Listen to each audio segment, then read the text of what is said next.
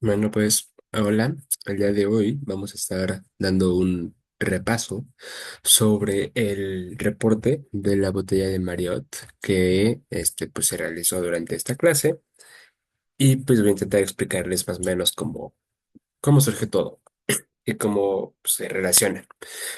Entonces, bueno, para empezar, el tanque de Marriott es una botella que voy a utilizar aquí una imagen para hacer esto más. Es una botella de este estilo, en la que puede ser un envase de cartón, bueno, de cartón no, ¿verdad? De algo, pues tal vez de cristal, puede ser de plástico, etcétera. Y el funcionamiento de la botella se basa en, bueno, la manera de hacerla se basa en tener un popote o alguna manera en la que pueda salir el agua en el lado inferior, que está en este caso marcado con outer pipe, y un en el lado superior que vaya hacia la atmósfera, bueno, que de un lado esté abierto hacia la atmósfera y del otro lado por dentro del fluido, por así decirlo, ¿no? Que en este caso se dice vent tube, ¿de acuerdo? Otra foto la pueden ver aquí en el reporte, que pues esta sería la botella de Marriott que realizamos, que fue relativamente casera, ¿ok? Este, para empezar me gustaría platicar por qué este reporte fue importante para la botella de Marriott, bueno, por qué fue importante hacer esto, y se basa principalmente en el método bueno, los sistemas de riego por goteo, en los que pues justamente se tiene que regar una cierta zona, o principalmente las raíces directamente de las plantas, o para lo que sea que se esté utilizando, pues bueno, se les riega directamente, justamente por gotas. Entonces, al momento de realizar estas acciones, se tiene que controlar muy bien cuánta agua sale cada cierto tiempo y, bueno, a qué velocidad sale, ya que si sale muy rápido puede causar que la planta no pueda absorber correctamente las vitaminas o el agua en general. Y si sale muy lento, pues tal vez no sea suficiente para que esté suficientemente hidratada. Entonces, tiene que controlar muy bien esta parte.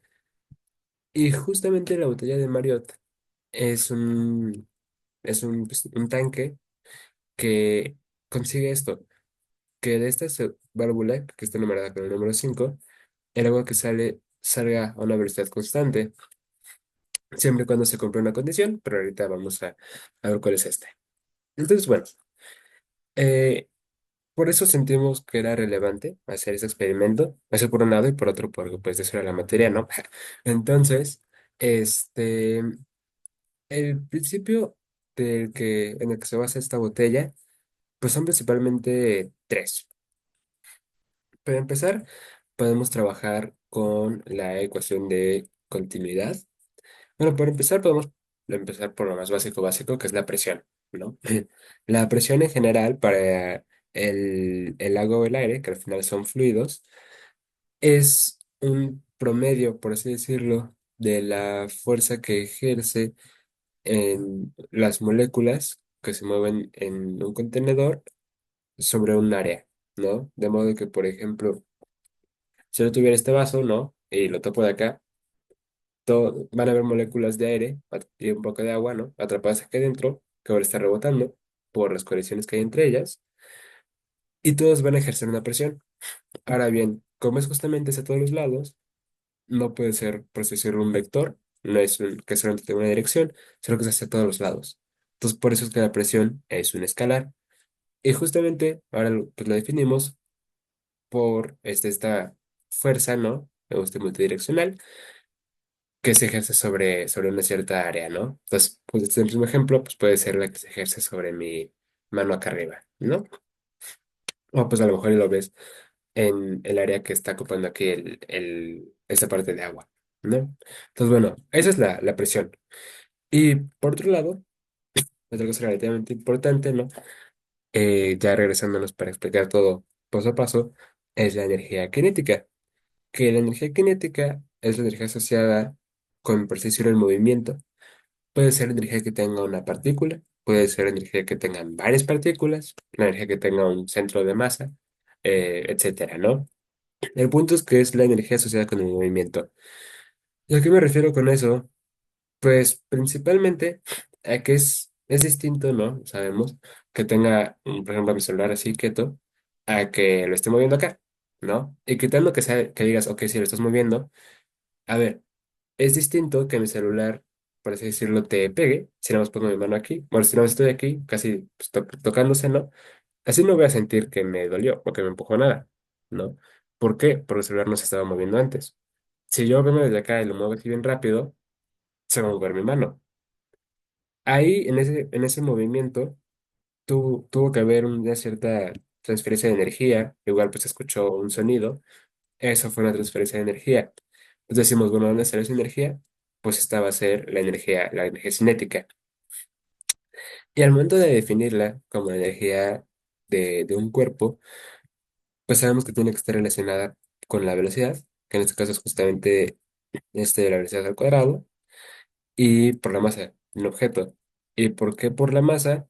Pues porque es diferente que te pegue un celular yendo a 100 kilómetros por hora a que te pegue, yo qué sé, un gramo de arroz a 1000 kilómetros por hora, ¿no? Entonces, esta energía cinética depende de esas dos cosas. Y aquí lo importante es que se tome en cuenta que la energía cinética no es de solo un celular o de solo un teléfono bueno, o un vaso o lo que sea, sino que esa energía va asociada a todo lo que se mueve. O sea, todo lo que se puede mover, incluso partículas, tienen su energía cinética asociada. ¿De acuerdo? Y bueno, ya de dónde sale esta ecuación, pues sale un poquito de nuestro scope, ¿no? Es un poquito más de la ecuación del trabajo y conversión de energía, pero bueno, eso será para otro día.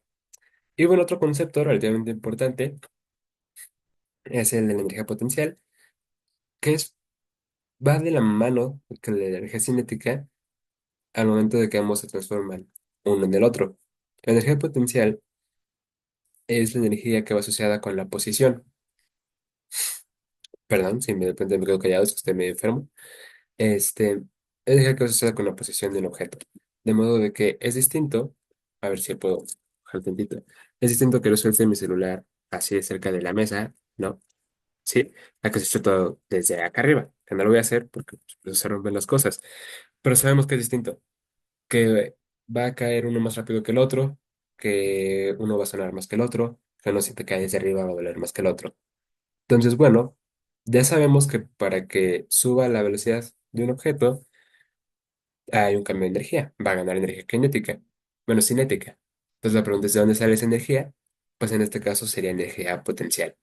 Entonces lo podemos ver así, que es justamente un cambio de energía entre pues dos alturas distintas con respecto pues a un marco de referencia, ¿no?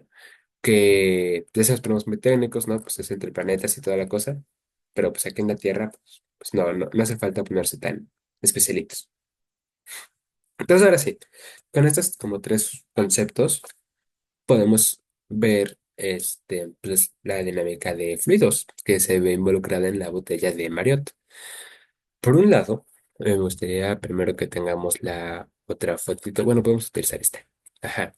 Entonces, primero, vamos a empezar con la ecuación de continuidad, que yo creo que es de las más sencillas como de explicar. Que en este caso, en el de esta botella de Marriott que está en el inciso B, podemos notar, ¿no? Que se supone que el agua va a entrar por aquí, bueno, va a entrar por aquí, va a estar aquí, y luego va a salir por aquí abajito. Podemos considerar, ¿no? Que en un dado tiempo, bueno, para empezar, ajá, vamos a poner que, vamos a analizar, yo que sé, un pedacito de agua, a ver si puedo cambiar este pedacito de agua, ¿no? Guay, salió horrible la línea. Podemos considerar que vamos a tomar en cuenta este pedacito de agua, ¿no?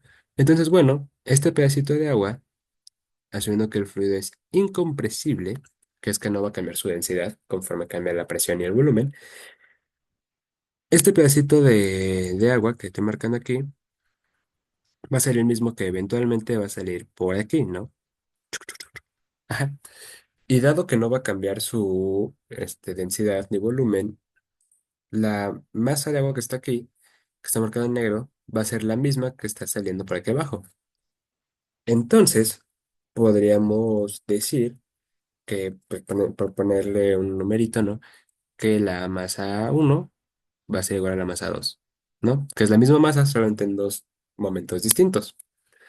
Entonces, bueno, ya por ahí va un buen principio. Ahora, ¿qué pasa con estas masas? Que las podemos expresar por un lado como densidad por volumen, ¿no? Esta sería la densidad uno, el volumen uno, densidad 2, volumen 2. Bueno, ¿no?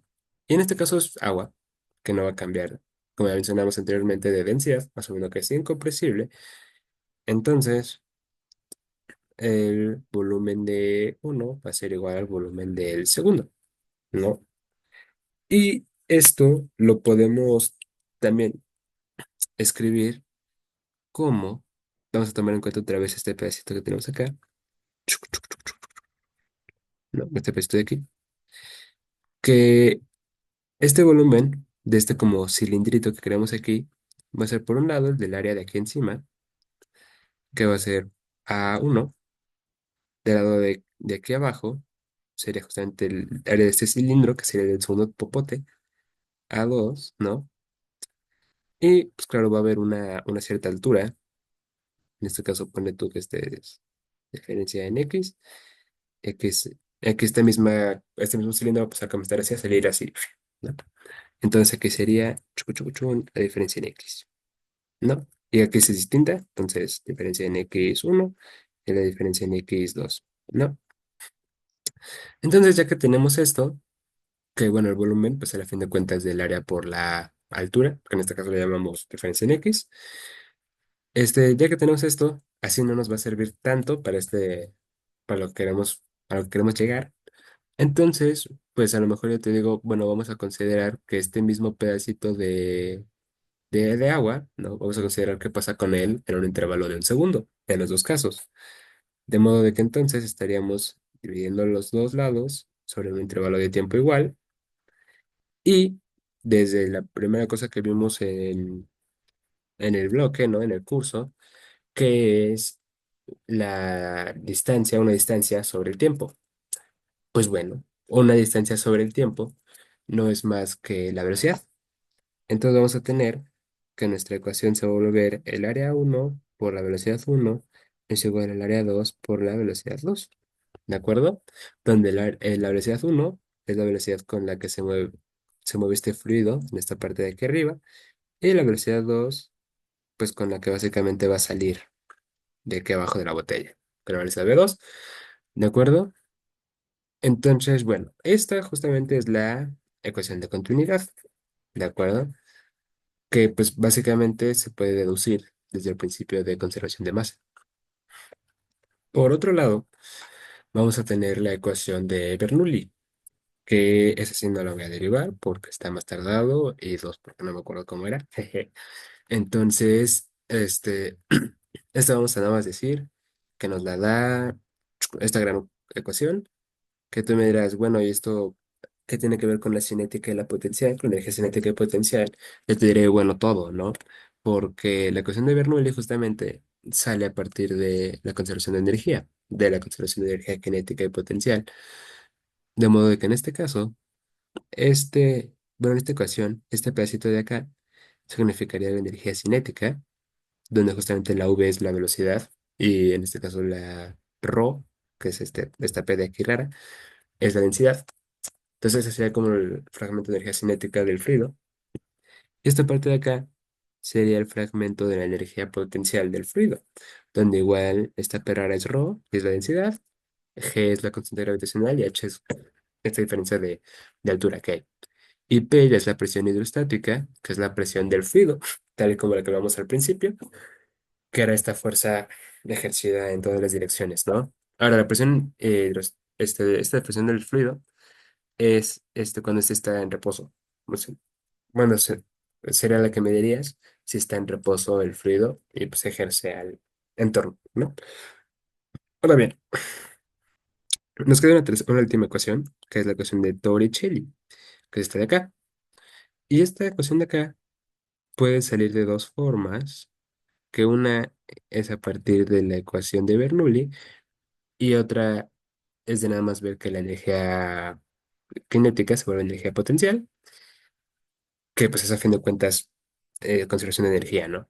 Entonces, vamos a, vamos a ver el ejemplo con la ecuación de Bernoulli, ¿no? Que podemos decir que yo tengo un tanque, chucu, chucu, chucu, chun, aquí está el tanque, con nuestro tubito acá, ¿no?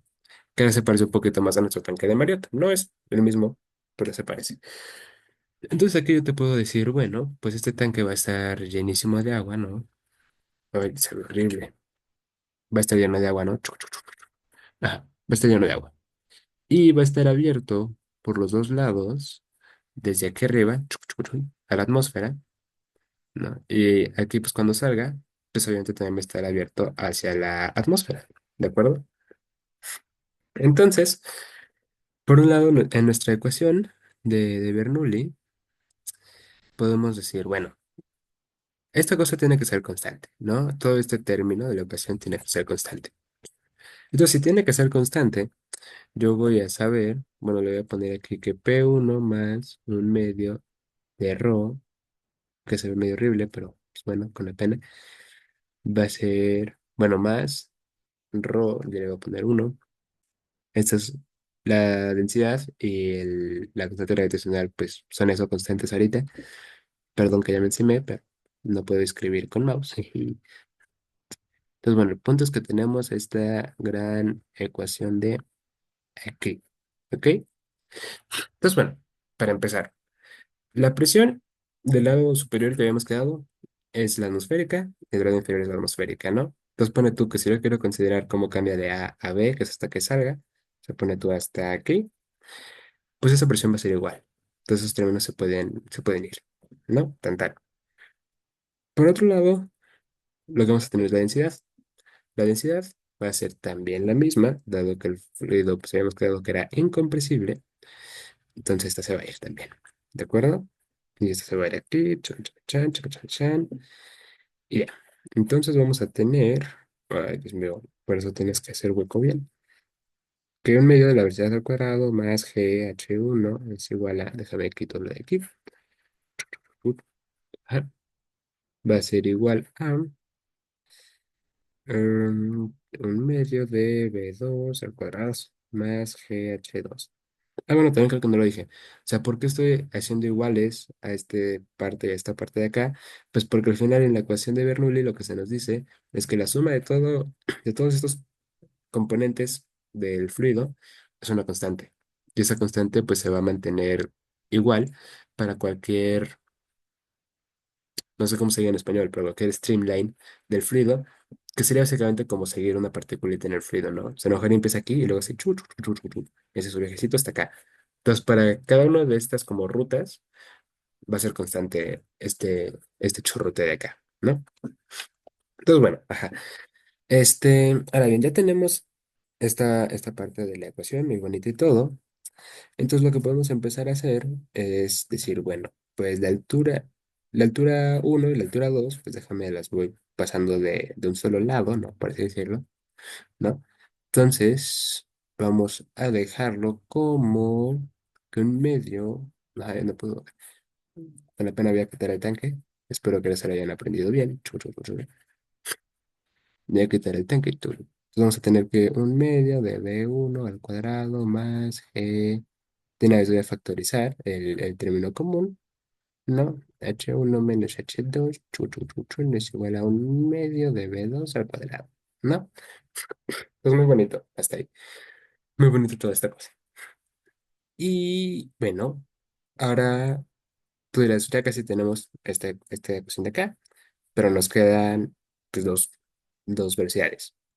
Entonces, pues te puedo decir, en este tanque que tenemos de ejemplo, se lo tiene que volver a dibujar, podríamos decir que al principio, bueno, podríamos asumir que al principio que se empieza a drenar toda esta agua, la velocidad con la que empieza a bajar, pues es poca, ¿no? No va a salir disparado y se va a drenar toda el agua en un segundo. Pues no, se drena gradualmente, aunque de aquí salga como pistola, ¿no? No se va a, no va a bajar este churrote de agua tan rápido, ¿no?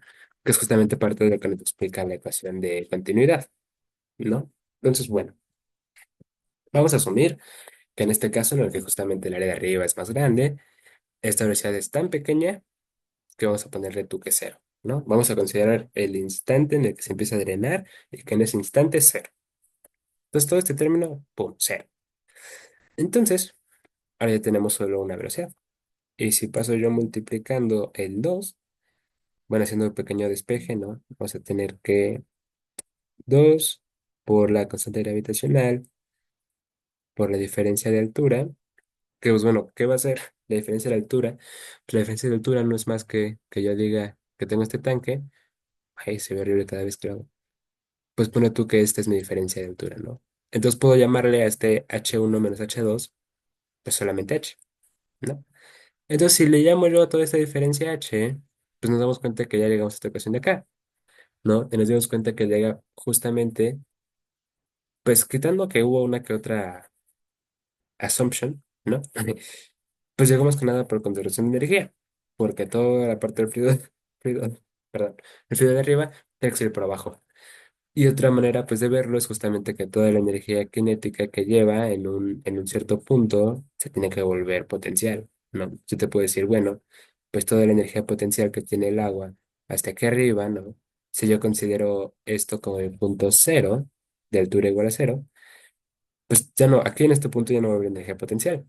Entonces toda la energía cinética, toda la energía potencial de aquí arriba, perdón, se va a volver energía cinética, perdón. Y justamente nos saldría el mismo resultado. Entonces, bueno, ya explicamos eso. Muy bien, muy bonito. Espero que lo hayan entendido bien. Y ya habiendo visto esto, podemos movernos a ver pues, qué pasa con el tanque de Marriott.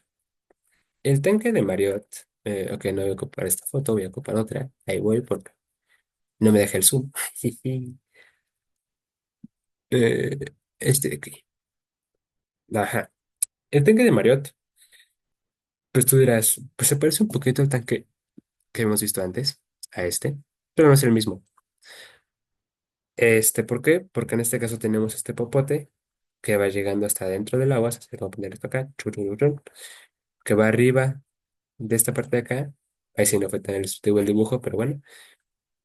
Y aparte el agua llega aquí, ¿no? Entonces esas son como las diferencias. Entonces vamos a ver qué pasa con esas diferencias. Principalmente, en cuanto yo abro mi manguera de aquí abajo, ¿no? Cuando abro esta manguera y empieza a salir el agua, pues cada vez que baja el agua, un poquito por aquí arriba, esta parte superior, el espacio que hay aquí de aire se hace más grande. Y por las leyes de gases, de fluidos, que el aire no es más que un fluido también y el agua igual, conforme sube el volumen, va a bajar la presión. Entonces podemos verlo como que este aire no va a estar ejerciendo tanta fuerza. Al no ejercer tanta fuerza, este poderosísimo aire va a permitir que burbujas de aire que salen por el popote suban, ¿de acuerdo? Y tú me dirás, ¿y por qué están pasando aquí estas burbujas de aire? Pues porque en este popote, en un principio, va a ser igual a la presión atmosférica aquí, debido a que está abierto con la atmósfera, ¿no? Entonces, en cuanto baja aquí la presión va a ser un poquito menos. Entonces, todo este aire con presión atmosférica va a tener mayor presión y va, por así decirlo, como a empujar la cosa con menor presión atmosférica y va a permitir que entonces todo este aire suba, ¿de acuerdo? Y va a subir y va a, por así decirlo, va a subir hasta que se vuelva a equilibrar.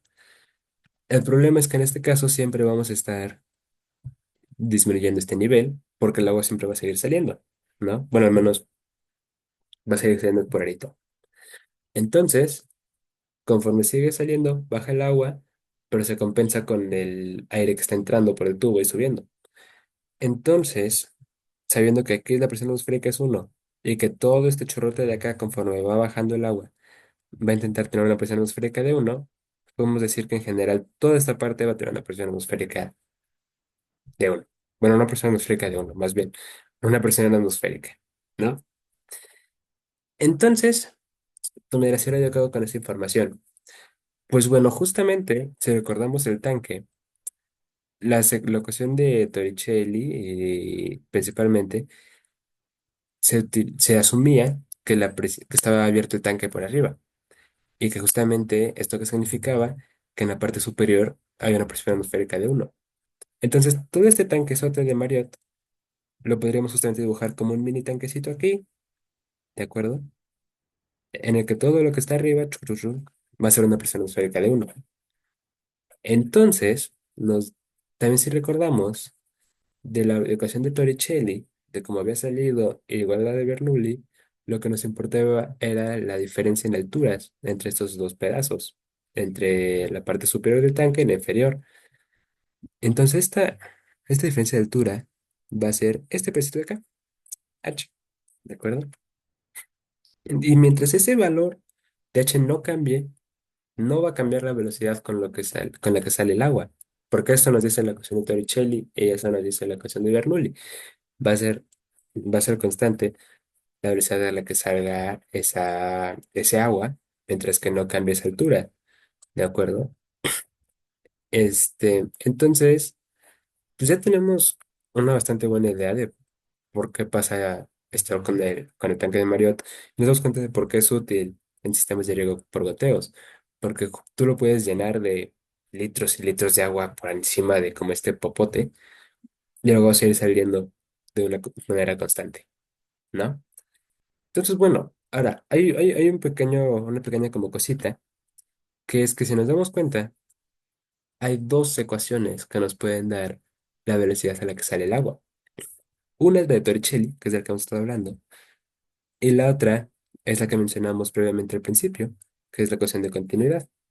Ambas nos hablan de la misma velocidad a la que puede salir, son que están relacionadas por variables distintas. En la de continuidad es por el área, en la de Torricelli por la altura. Pero en teoría nos deberían de dar lo mismo. Entonces, pues para eso es que hicimos un pequeño experimentito. Si todo esto, 20 minutos yo creo que ya fueron, fue solamente para decir que es para el experimento. Entonces, bueno, para nuestro experimento utilizamos materiales caseros, porque pues no somos genios de botellas de Marriott, somos chavos de uni, que acaban de empezar, que se sienten prepos todavía. Entonces, pues fue casero esta cosa, ¿no? Y justamente el setup que hicimos, el montaje que hicimos, fue como que se puede ver en estas dos imágenes, que no somos gusanos, eso cabe aclararlo, pero estaría bueno ser un gusano. Que pues claro, utilizamos una cinta métrica, utilizamos, en vez de un corcho, plastilina, pero el punto de esto era sellar el popote por encima. Primero así, ¿para qué lo sello por encima? Porque si no, mi botella de Marriott tendría otro orificio por acá encima. Bueno, así no sería buena representación. Bueno, no sé cómo hacer buena representación, pero el punto es que tendría otro hueco por el que la presión podría entrar y salir. Entonces, pues ya no sería el mismo funcionamiento del que habíamos hablado, que era un mini tanquecito, ¿no? Ya cambiaría. Entonces, bueno, para eso lo sellamos. Igualmente lo sellamos de aquí abajo para que, bueno, al lado del popote, porque pues si sale agua por más lados, la ecuación de continuidad ya no va a jalar. Este, y pues justamente si lo vemos de lado, nuestro setup quedó así, que es justamente bastante parecido al que mostré en la foto anterior, que era blanco y negro. Entonces, bueno, así fue como hicimos el setup. Y ahora te miras, muy bien, ese fue el setup. ¿Para qué hicieron? Pues lo que hicimos fue que agarramos a un grupo de gente que no quería, no, no es cierto. Nosotros, el equipo de pues, experimentadores, lo que hicimos fue primero llenar la botella hasta una cierta altura, que eran, bueno, no me acuerdo cuál fue la altura, pero una altura que se repitió más o menos durante todos los experimentos. A esta altura que me refiero es a esta de acá arriba. Y lo que hicimos fue, en cuanto, bueno, la llenamos tantito más, ponle tú aquí, y luego empezó a bajar, porque pues esta parte no estaba sellada todavía, ¿no? Entonces empezó a bajar y cuando llegaba ya a una cierta marca, empezábamos a medir cómo iba cambiando el nivel del agua de aquí arriba con el tiempo. Y eso lo hicimos 5 veces, ¿no? ¿Y qué pasó con esas 5 veces? Que nos salió una tabla. Una tabla que se vio así, como esta de aquí abajo, que pues mucho texto, ¿no? Pero pues justamente es eso. T es el intervalo de tiempo en el que hicimos cada una de estas mediciones y H es el nivel del agua conforme iba bajando, ¿de acuerdo? Entonces, pues salió esta tabla que tú me dirás, ¿qué es este símbolo raro de más menos ahí, ¿no? Este símbolo raro de acá. Pues ese símbolo es uno que resulta a partir de los instrumentos de medición que utilizamos. En nuestro caso utilizamos una reglita normal, común y corriente, cinta métrica, que pues claro, la cinta métrica te va a permitir leer hasta estas marquitas que tiene. De ahí en fuera, pues tú tienes como que hacer tu propia estimación y pues a lo mejor no está tan correcta. Entonces, ¿qué es lo que haces para decir, para hacerla que englobe más bien un rango? Pues agregarle este más menos, ¿no? Entonces no estás diciendo mi medición está exactamente en 0.208, sino que está en 0.208 más menos 0.0005. ¿No? Puede estar en ese rango. Esa es tu aproximación y para eso es que está este más menos, para darte una medición más exacta, por así decirlo. También este otro lado donde aparecieron estos más menos fue aquí, al medir para- al medir el tanque, las mediciones que tenía y pues sus dimensiones, ¿no? Entonces, bueno, el punto es, hicimos estos cambios de altura, cómo se iban cambiando y todo. Ah, bueno, tú me dirás, ¿y qué es esta línea de acá punteada? Es el punto, el que se acuerdan bien la botella de Marriott, tenía el popote aquí, para tu de acá, churro, ya que tenía el popote por el que sale, pues es el punto en el que el nivel del agua bajó de donde estaba la salida del popote, la salida del popote a la atmósfera, ¿de acuerdo? Entonces, tenemos eso, ¿ok? Eh, pero, pues, si nos recordamos las ecuaciones que habíamos platicado antes, pues ninguna está en términos de la altura como tal. Entonces, necesitamos calcular la altura. Bueno, digo, la velocidad con la que se va drenando primero del tanque. Entonces, ¿cómo hacemos esto? Pues esto lo hicimos con la ayuda de el círculo. No, no es cierto. Pero sí, básicamente sí. Lo primero que hicimos para calcular esta velocidad uno fue calcular el área transversal del tanque, ¿no? De modo que este es tu tanque, primero la parte de acá arriba. Y esto por la ecuación de continuidad, para poder a partir de ahí sacar B1 y luego B2, que son las dos cosas que nos interesaban, para comparar la ecuación de Torricelli y la de continuidad. Entonces, bueno, para esto aproximamos el tanque al área del círculo, que a lo mejor con este vaso no se ve tan bien porque está medio como cónico, ¿no? Algo así. Pero nuestra botella, la que utilizamos, era, bueno, cilíndrica. Entonces la aproximación consideramos que fue bastante buena. Eh, y utilizamos las mediciones de radio. Bueno, primero medimos el diámetro, lo convertimos al radio y utilizamos esas mediciones en la formulita para sacar el área. Ahora bien, hay un problema, que nosotros sabemos hacer buena álgebra, ¿no?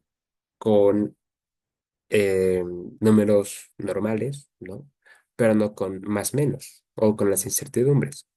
Entonces, para ayudar a esto, se utilizan reglas de incertidumbre, bueno, de propagación de incertidumbres. La primera de estas involucra pasar nuestra incertidumbre a una incertidumbre porcentual, que es básicamente convertirlo, bueno, si tienes un valor que es 3 más menos uno, decir, ah, bueno, ese uno, ¿qué porcentaje de 3 es? ¿De acuerdo? Entonces sacar un porcentaje como el de la primaria. Entonces eso lo realizamos y ya que teníamos la incertidumbre porcentual, ahora si utilizamos una de las reglas, que era que si hay una incertidumbre elevada a una potencia, en este caso al cuadrado, como es el radio al cuadrado, pues se multiplica la incertidumbre por esa potencia, ¿no? Entonces sería, en vez de r al cuadrado, sería dos veces la incertidumbre, ¿no? Y esto lo hicimos y pues nos salió, por ejemplo, aquí en este cálculo, que la incertidumbre para el área uno es de 0.88. Eso mismo lo hicimos para la segunda área, que era la del popote, más pequeña, y nos salió una incertidumbre de porcentual de 14, ¿de acuerdo? Entonces ya tenemos pues las áreas para la ecuación de continuidad y la velocidad número uno. Bueno, todavía no tenemos la velocidad número uno, de hecho. Entonces ya tenemos las áreas, ya de estas variables que nos hacían falta obtener, ya tenemos una, bueno, ya tenemos dos, nos falta una para obtener la última que queremos, que es B2. Entonces, para obtener esta última, pues nos remontamos a la definición de velocidad. Velocidad es nada más, como habíamos visto en la ecuación de Bernoulli, pues justamente el tiempo que se tarda un pedazo. una cierta distancia en recorrerse, ¿no? El tiempo que tarda algo en recorrer una cierta distancia en un tiempo. Entonces, pues ya tenemos una gráfica del tiempo y la altura en dado tiempo. Entonces, podemos, para empezar, sacar una, una tabla con los promedios de las alturas. Porque sí, ajá, ya tengo las alturas, pero tengo 5 alturas diferentes. Y a lo mejor esas no son tan útiles por separado, sino ya porque aparte pueden variar mucho una de la otra. Entonces, para eso me interesa sacar un promedio. Pero ahora te se ve decir, este promedio no va a ser exacto, ¿no? Entonces hay que incluir una cierta incertidumbre. ¿Qué incertidumbre aplico? Pues en este caso conviene aplicar una. Primero vamos a ver la desviación estándar. Lo que te dice la desviación estándar es que pone tú, yo tengo mi promedio, que lo saqué de las alturas, ¿no? Que lo saqué de mi altura de acá, a acá, de acá, a acá, de acá, a acá, de acá, a acá, ¿no? Y me salió que el promedio lo que sea era por aquí, ¿no? Entonces, lo que me dice la desviación estándar es, bueno, para este valor, este está este, tan lejos, ¿no? De los valores, cada valor, ¿no? Básicamente te calcula la distancia tienen los valores individuales del promedio, ¿de acuerdo? O sea, de un sample, ¿no? Te dice qué tan alejados están los valores del promedio. Entonces, a lo mejor yo tengo un promedio que va aquí, pues una desviación estándar grande sería si tengo un valor acá, otro valor acá y otro valor acá. Y una desviación estándar pequeña sería si yo tengo mis valores aquí pegaditos, ¿no?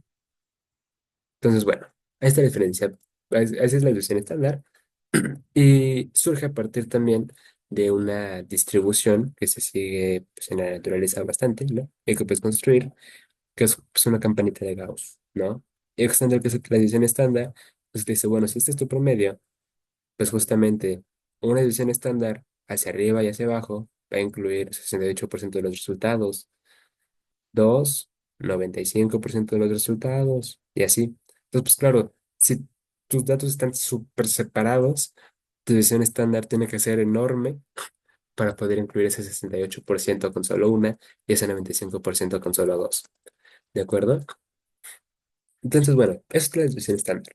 Ahora, el problema es que esto nos habla de qué tan separados están nuestro promedio de nuestros valores. Y este trabajo no lo voy a ver solo yo y mi abuelito. Lo van a ver, bueno, se supone, no creo que sea algo más formal, pues otros investigadores. Esos otros investigadores a lo mejor no les interesa tanto mi propia, mis propios valores, sino que si ellos hacen experimentos y lo replican, ¿qué valor pueden esperar obtener? Y ahí es donde entra la decisión estándar de la media, que lo que te dice es, pues, bueno, de un promedio, que sería como lo real si tuvieras una cantidad infinita de intentos, de ese promedio real, como qué tan alejado está el tuyo, ¿no? Bueno, no qué tan alejado, pero sino que hace que el tuyo esté en un rango que incluye ese valor real, ¿no? Tú le dices, mira, no sé dónde está el promedio real, pero te aseguro que está en un rango de más o menos 0,002 del mío, ¿no? Eso es lo que hace la división estándar del promedio, que ya pues se puede volver algo más útil al momento de compararlo con con replicaciones del experimento. La fórmula para esta es justamente la desviación estándar sobre la raíz de n, donde n es el número de intentos, que está aquí. ¿Y dónde sale la raíz? Está complicado de sacar ahorita, ¿no? Entonces eso no lo vamos a ver, pero el punto es que está ahí.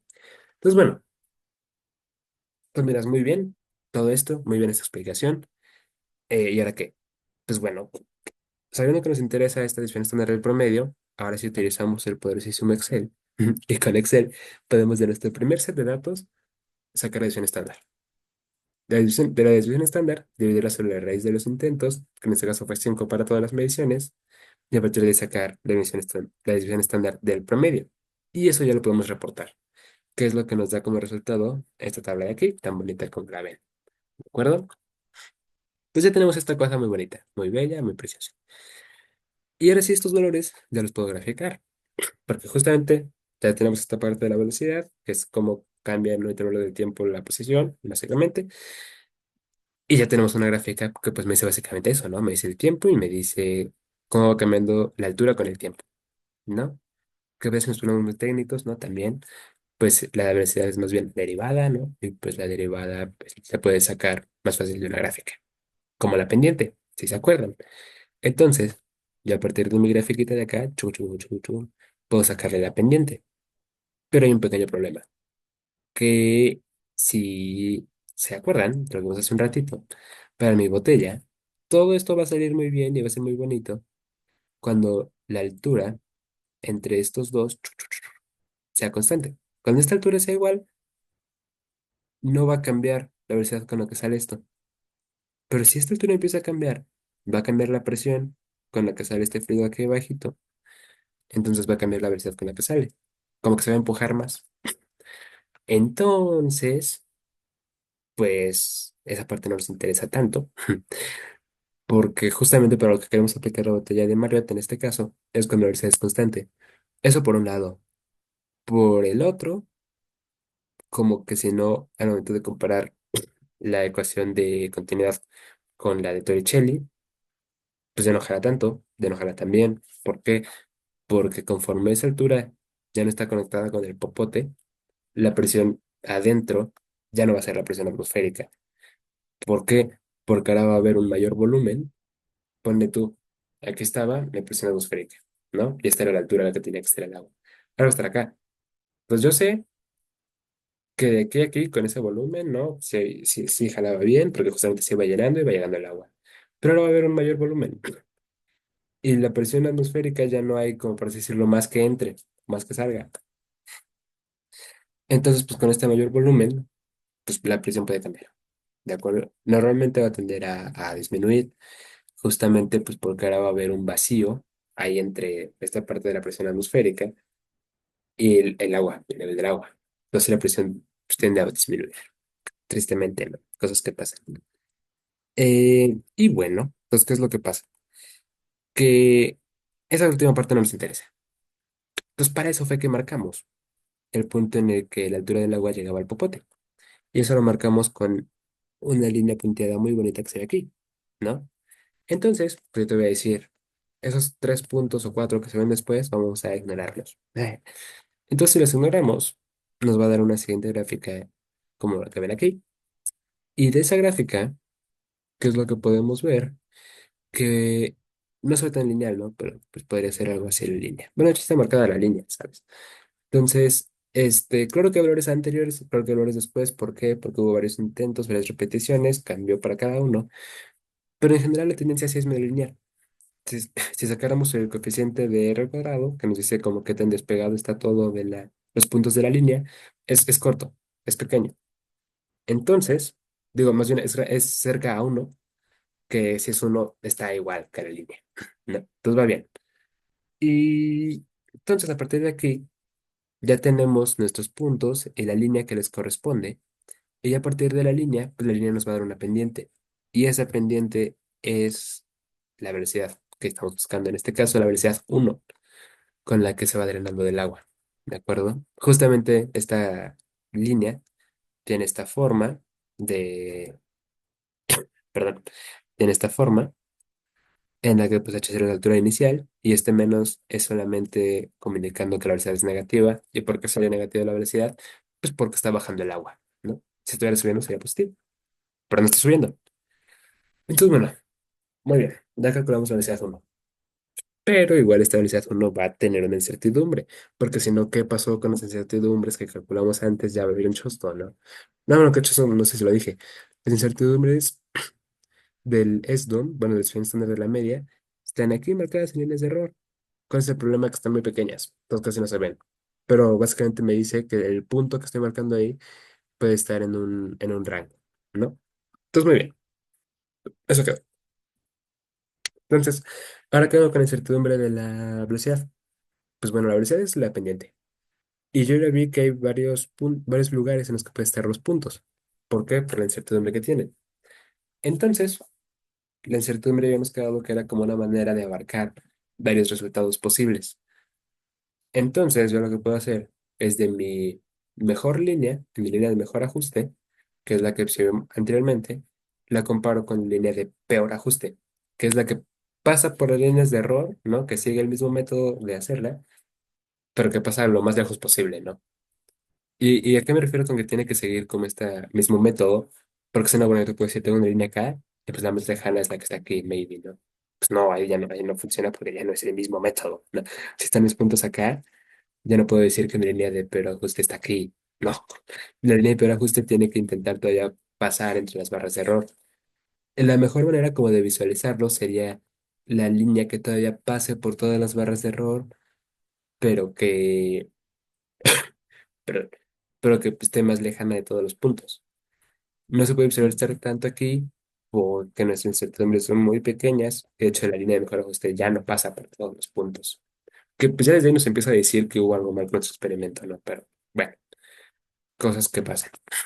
Entonces, el punto es que ya haciendo esta comparación entre la línea de mejor ajuste y la línea de peor ajuste, tenemos una buena formulita que nos va a dar la incertidumbre porcentual que va a tener nuestro valor y de velocidad.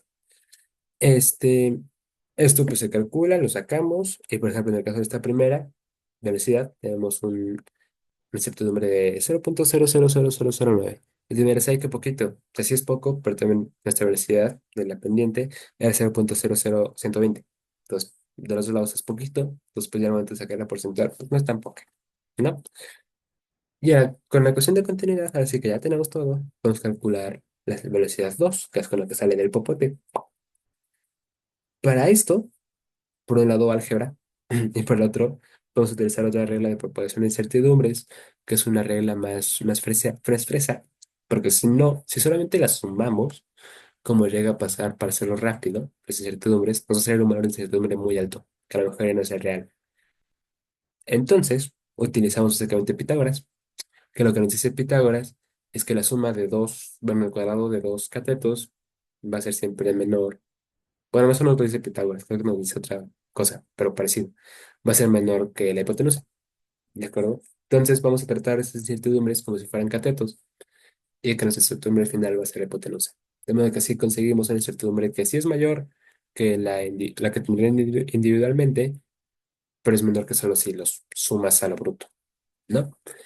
Entonces para eso tenemos esta ecuación de aquí, que utilizándolo con los valores que tenemos, nos da un valor de 15,91 y ya sacando luego la absoluta, tenemos un valor de 0,32 más o menos 0,005.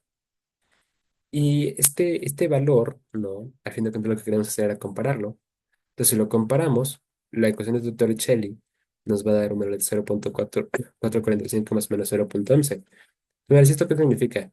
Bueno, para eso tenemos este diagramita, que aquí podemos ver nuestro valor experimental y nuestro valor teórico. ¿De acuerdo? Y podemos ver que las incertidumbres de ambas, estas líneas que tienen como así, no se tocan en ningún punto. Y están medio separados también uno del otro. Sí. O sea, sí hay una distancia relativamente grande, ¿no? Considerando las magnitudes. Entonces, pues, ¿cuál es el resultado? Que hay dos. O la ecuación de Torricelli y la ecuación de continuidad no sirven. Número dos, que, bueno, creo que las dos no sirven. La segunda opción es que en el caso en el que las aplicamos lo hicimos mal, que no creo que sea la opción porque el profe nos dio la opción. Digo, el profe nos dio básicamente cómo hacer todo, entonces más bien mancos nosotros. Y justamente la tercera es esa, que nosotros la regamos. Entonces, ¿cuál es la conclusión? Que nosotros la regamos. Eh, ¿Por qué?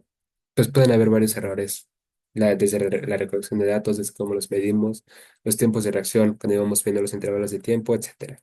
Entonces, hubo varios errores que hacen que esta discrepancia sea significativa. Entonces, pues bueno, ¿qué se recomienda? Pues repetir el experimento, ¿no? Con la pena. Y bueno, entonces esa es la primera parte. Muy bien, ya vimos la ecuación de continuidad de Bernoulli. Y ahora, pues como para casita, vamos a también hacer una pequeña estimación de la gravedad, que ahora sabemos que tiene un valor de 9,81.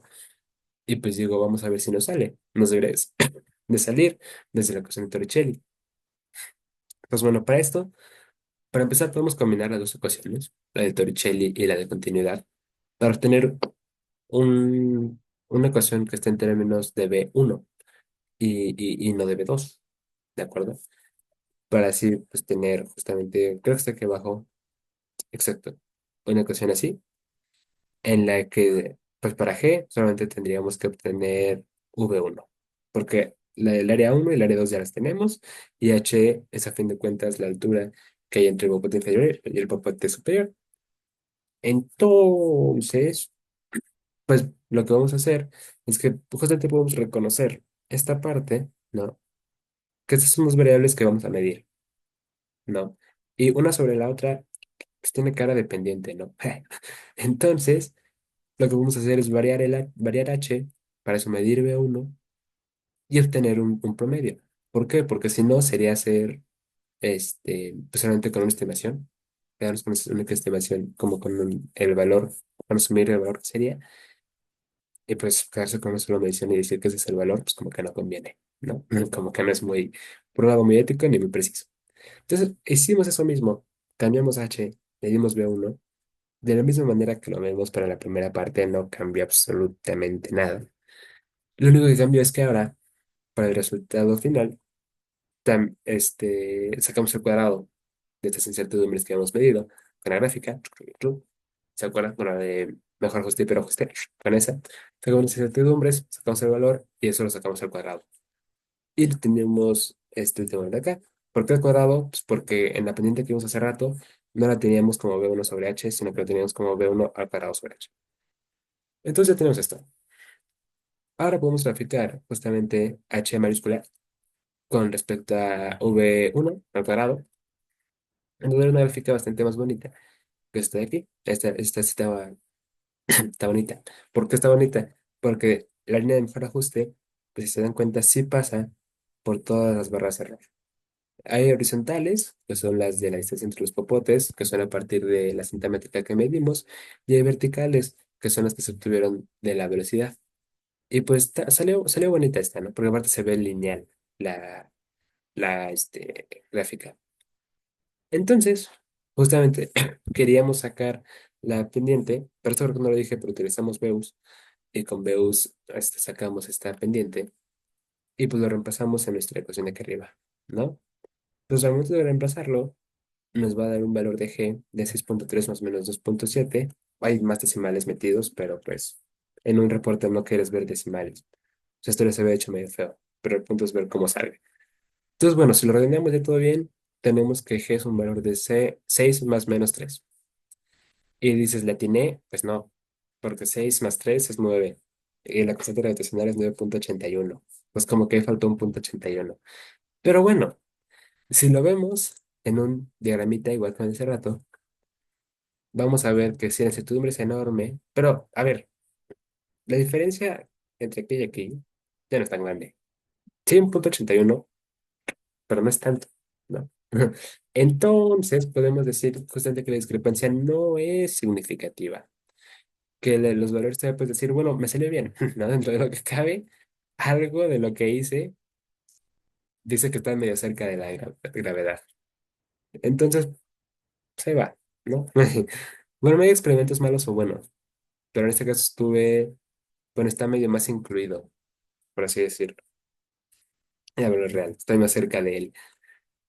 Entonces, pues bueno, aún así que haya incertidumbres tan grandes al final, pues te ayuda a ver a que hubo errores aleatorios, justamente en tiempos de reacción, en tiempos de medición, en perspectiva de cómo se vio las mediciones de la botella, etcétera. Errores sistemáticos, pues la verdad es que ahorita son difíciles de detectar. Hubiera habido que hacer un mayor análisis para ver si todos los datos estaban recorridos por un valor o no. Pero para eso necesitaríamos más repeticiones. ¿De acuerdo? Probablemente hubo más de uno, tomando en cuenta que los valores que eran tan alejados del valor real, ambos, el de la realidad y el de B2. Entonces, pues, en futuros experimentos recomendaría utilizar un mejor setup, si se puede automatizar la toma de estas velocidades y de alturas. Y aparte de eso, utilizar pues probablemente una grabación de video para poder verlo en cámara lenta. Entonces, bueno, en conclusión, el valor experimental que obtuvimos comparado con lo de la gravedad sí, fue separado, pero la discrepancia no fue significativa por la gran incertidumbre que tenía el valor. Y para comparado con la ecuación de Torricelli y la ecuación de continuidad, sí hay una discrepancia entre ambos valores significativa por el tamaño de la incertidumbre de ambos y pues la gran diferencia que se ve entre ellos. Y ya. También normal que descanse. Sí, pero ya terminé. Bueno, pues, también normal.